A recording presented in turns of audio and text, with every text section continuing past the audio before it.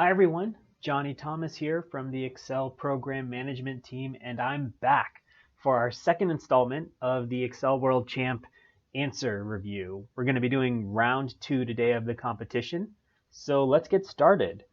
We're going to be doing data relays first, so I've got that page pop up, and again, I am looking at the international version of the test because it's got English questions here, but this is going to apply to all the different versions of the test. So this first question in data relays was intended to be an introduction to pivot tables. So you can see right there, the first two challenges there are just about trying to create some pivot tables and do some summarization of some data we've got down at the bottom. So I'm going to put in the blog post a few links to some information on pivot tables, helping you get started. But I'll just say, for people that have never worked with pivot tables, they are basically a really, really great way to help you summarize a bunch of data. You can do things like flip through and filter data, get quick summaries by summing up data points or getting counts of particular data points or averages of data points. It's really sort of a way to condense down what can potentially be a really big set of information into something more digestible by just getting sort of a high-level summary of what's underneath there. And so that's what we're going to be doing. We've got performances of a relay race, or actually of a couple rounds of a relay race, and we're going to use pivot tables to summarize that that relay race data, and then filter it down so we can get to exactly what we want. Okay, so let's get started. Very first thing I'm going to do is actually just kind of show you how to make a pivot table. I'm going to click into my set of data here, and you can see this is actually already a data table here. Apologize for that. This is already a data table, and so if I go to the insert ribbon and hit pivot table, automatically the whole table just got selected here. But what I'm trying to do here is say, what is the source data that's going to feed my pivot table? So you can select data table or range. You can connect to external data, and it's grayed out right now, but you can use the workbook data model. This is going to come up in later versions, or sorry, later rounds of the exam. But I will deal with that later when we talk about data models and Power Pivot. For now, we're going to be doing a basic pivot table on a basic range of data. You can see it's table 10101 that I've got set up here. And if I wanted to change it, I could click and maybe just grab a section of data, etc. But the important thing is actually when you have a pivot table, you need to have the first row have some useful explanation of what the columns of data actually are. So I'm gonna hit escape. So I'm back to, oops, sorry. I will grab my whole set of data here, table 1. And now I need to say where this pivot table will land. You can say a new worksheet. If we look back at what the question is asking for, it said to do it in the response section of this page. So I'm going to say create an existing worksheet, and I will just scroll up and drop it right about here. So I'm in the response section and hit OK. So now we've got a blank pane for our pivot table, and we can get started actually doing some pivoting, seeing some summary of the results. So what shows up over here on the right, and I'll expand it a little bit, is this pivot table pane that helps you see all the different options available on sort of creating your pivot table. This top area here is the different fields we have available. You'll see there's one that lines up for each column of our data table. And down here, if I slide back over to the pivot table, is where we have all the different pieces of a pivot table where we can put data. So I'm gonna pick something simple just for a demonstration point and say, what is a country? If we bring it in, you can see it show up as a filter. And so this is something where we can use a drop down and click through and select just a particular item. If we actually want to see all the data, we can drop it over to the rows. And if we want to have multiple pieces of data running across columns, You can see I've got 2 rounds of data. Actually, I'll use the race position since that's got a few pieces. 1, 2, 3, 4 race positions. So that's columns, and then our last piece is values. So that is actually what's the data we're trying to summarize. So if I drag in result time into here, what you'll see is it's labeled as the sum result time showing there. And this is, the way to interpret this is the sum of in our data table of all the result times that had Bahamas as a country and number 1 as a race position. And so then if I did something like drop in a round number, I could say, what does this look like for just round 1, etc. I want to show you one other quick tip. Again, I'm just sort of giving you a high level on pivot tables here, but actually I'll show you 2 more tips. One is this search field. So this is added in 2016, a helpful way to dig through if you've got a lot of different fields here on a big data set. It can be hard to find what you're looking for. The search field makes it really easy. I can search for name and see athlete name. Maybe I search for country, I see country. So that just makes it a little bit easier to navigate lots of data. Another great option, a lot of people don't realize, but when you can actually change the position of all these different components of the field by clicking on this settings button. So one that's really, really useful is this second one, field section and areas section side by side. And you'll see what happens, I can make it a little bit wider, is now I've got all my possible data fields showing up on the right, and all of those different components, filters, rows, columns, values, showing up. These are showing up on the right. The fields are on the left. The reason that's really nice is, again, if you have a lot of data fields, you've got a little bit more space to see what's there. If we were filling it up, we'd get a scroll bar. So just a little bit nice and easy way, again, if you're dealing with lots of data to work with it. I'll flip it back to sort of the default view just so for other people following along, this might look more like what they are used to seeing.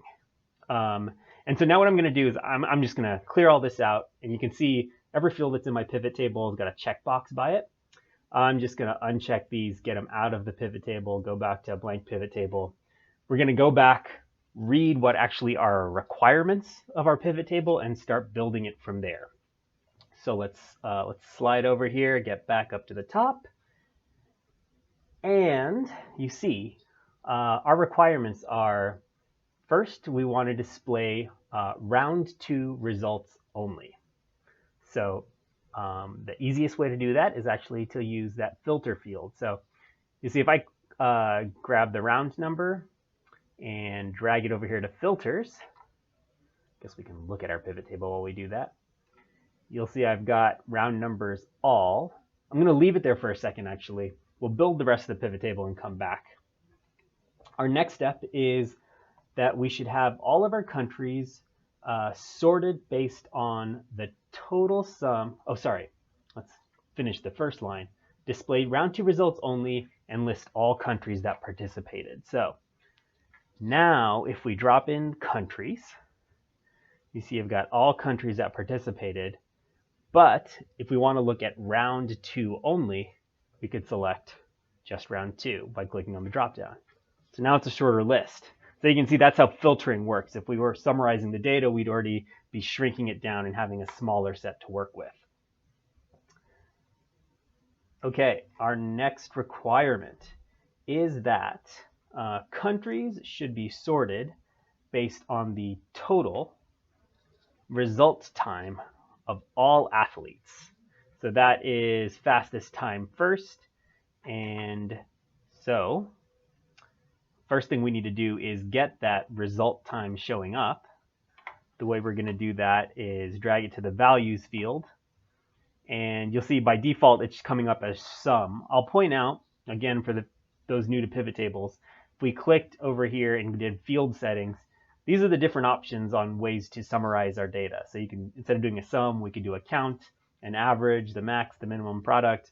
Lots more different summary options here. I think sum, count, and average probably tend to be the most common ways people use pivot tables. We're going to use some.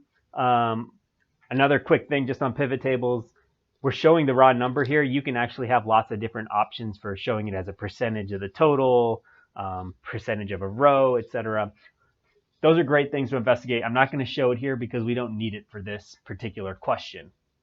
I'll also just point out the number format option. We can get really specific, like you would any Excel cell, on how you format the numbers. But back to the problem. We've dragged in result time. We've got the sum of the result times. And the question says that the countries should be sorted based on the total result time of all athletes, with the fastest time first. So we can actually do that by clicking here. You can see I have the options to sort alphabetically, which was the default. We can do the reverse, or you can do this more sort options. And we can say we want to sort, now we want the fastest time first. So we'll do ascending based on sum of result time. That means the smallest times will be at the top of the list and they'll get bigger as we go down. If I click OK, you'll see that's what happened. USA, Jamaica, Bahamas, etc. And the numbers are getting bigger. Now going back to the requirements, for each country, there should be a single row displaying result times for the race positions, 1, 2, 3, and 4, as well as the total race time. So what that means is it's actually similar to what we had looked at before. For each of these countries, we want a single row showing all position times. So if we drag the race position here into the rows, you'll see we get all the race position times, but USA is now taking up 5 rows of data. Jamaica is taking up 5 rows. There's the total and then each race position. However, if we go over to the columns way, race position in the columns, now single row, we've got each position time, and then we've also got the grand total. And you'll notice it is still sorted, countries are sorted based on this grand total time. Now it says for the best countries, the fastest 3 countries, we want the lists, or we want to list all the athlete names. So if we come back here, this is a piece I didn't show earlier in pivot tables, which is we can bring in multiple levels of data. So we want the athlete name, and I'm just going to check the box, show you a different way to bring in data here. And you see it comes up as a row. So this is showing us every single athlete that appeared in the US. So what this is really telling us, if we were looking back at the original data, is Armin Hall here is from the US. He ran in race position 1, and his time was 45.3 seconds. Now, when we look at this for the US total line, it's actually adding up all the race positions. It just so happens there's only one person in a particular race position, so the US total equals the individual total, and that's how it works for each of these countries. There's only one runner in one position, so the country time equals that runner's time. Sorry, a little bit long-winded, but as we're building out this pivot table, the useful thing is to make sure we understand what the data is actually showing us, how it relates back to the original data. And we could actually go validate that, look up round 2 USA, and we would see that race position 1 was Armin Hall, and his time was 45.3 seconds. So sorry, going back to the requirements, our athlete names should be sorted. We've got the list of athlete names. And it says it's for the fastest 3 countries only. We want to list the athlete names. We want the athlete names sorted based on individual performance relative to their teammates. So what that means is, to simplify it here, we've sorted the countries based off their total time. Now, actually, when you're just looking at a particular country, we want each athlete sorted based off of their time as well. So we can do that a few different ways. I'm actually just going to right-click there and go up to filter, to sort. We can also grab it from the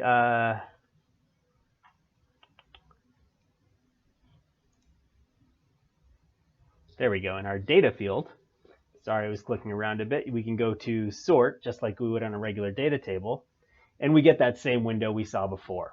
These are all different ways to navigate within Excel. So again, we want to do ascending by the result time so that the fastest person for a particular country shows up at the top of that country.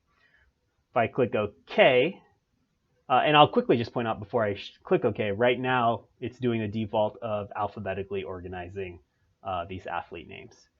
Now it's going to do it by time, and you see it varies where the fastest time was. For the US, it was now Tony McQuay.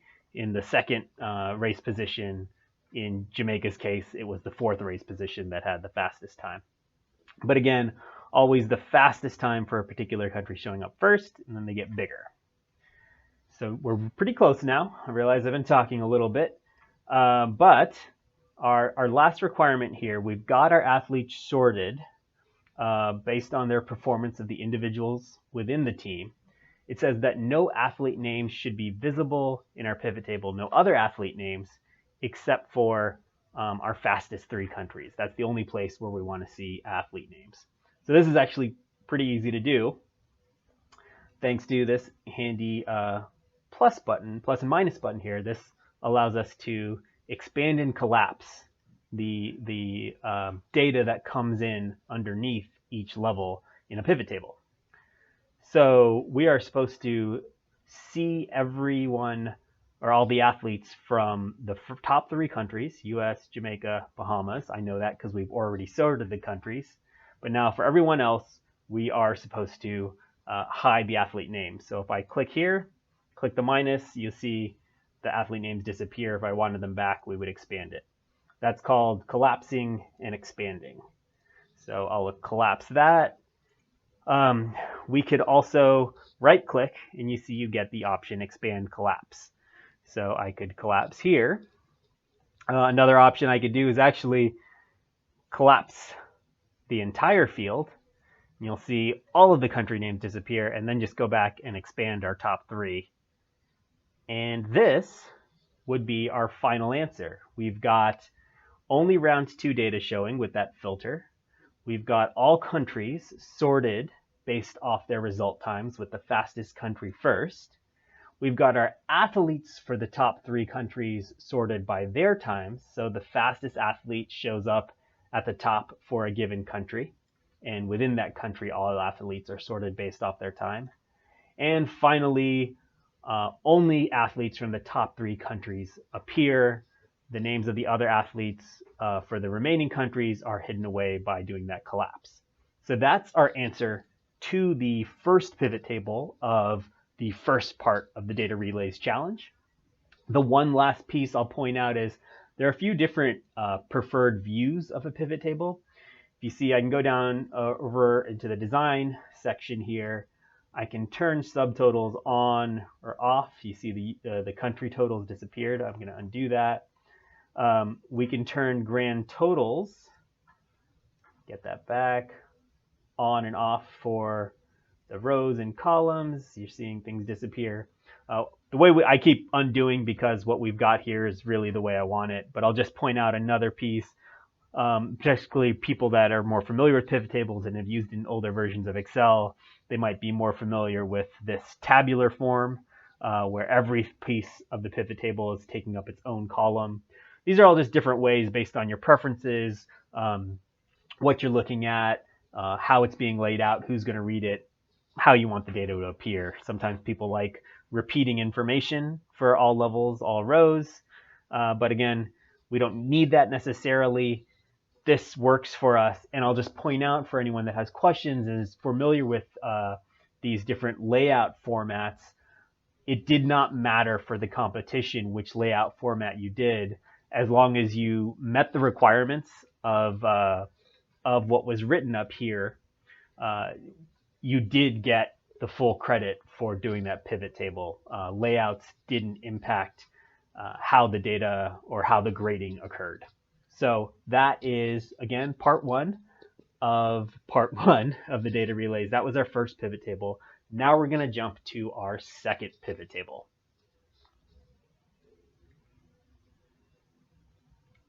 So,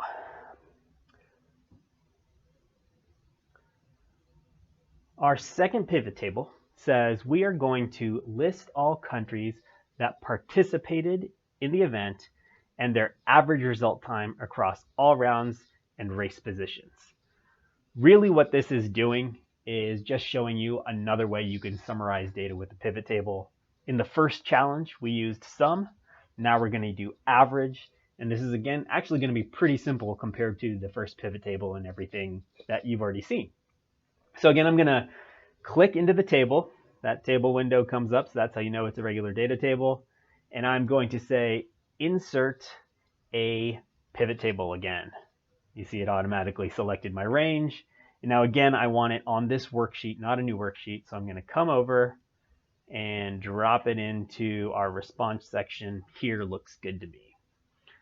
So we've seen it before. This is our blank pivot table canvas. And now we can go through and meet the requirements of this second pivot table, which will go a lot faster than the first. Don't worry. So we have got to list all countries that participated. So how do we do that? We bring the country field into the rows. And actually, I'll just do a check. It's going to, by default, drop it into rows. So I've got all countries that participated. And it says we want to see their average result time across all rounds and race positions. So all rounds and race positions means we don't need to do any filtering of the round number. We don't need to do any filtering of the race position. We also don't even need to bring those fields in. If you don't bring them in, by default, they are showing up as all. You haven't taken anything out. So we can actually just leave it just as is with result time there.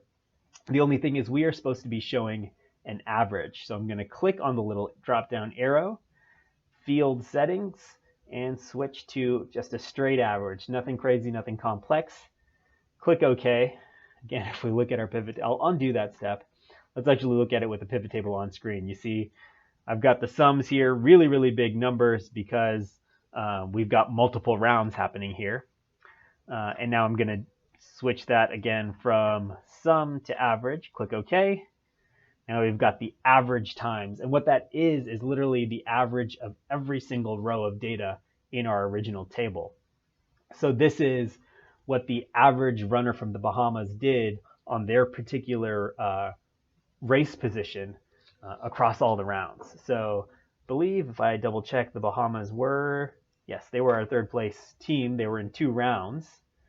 So this is across 2 rounds of competition times 4 race positions, what the average time was for a runner from the Bahamas. And that's going to vary, again, because or how many race positions and how many rounds were done, because each country, or some countries were in 2 rounds, some countries were only in 1. So the last requirement of the second pivot table is that countries should be sorted based on the average result time. So the fastest time first, slowest time last. So we did that before, actually. It's the same thing. We'll do it from this field here. We'll click row labels, more sort options. And again, we're going to do ascending because we want the fastest time first. And we'll do ascending sort based on the average result time and click OK. So now we've got everything sorted. And this is the answer to the second part of the challenge, the second pivot table. One quick thing I'll point out, and this discussion came up online as well in the forum or in the tech community, so it's great to call out here. You'll see TTO here, Trinidad and Tobago, they had a result time average of 33.54 seconds, way faster than anyone else. Looks like a really big outlier. If we go back to the first pivot table, you can see actually what happened, because they were in the finals. Or sorry, actually, I take that back. They were not in the finals. If we go over to the original data table, you can see this is TTO in round 1. Someone had a time of 0, and that's what showed up in the table. So this 0 is actually the person was disqualified, and probably a better way to show that would have been, rather than a 0, to have a blank line.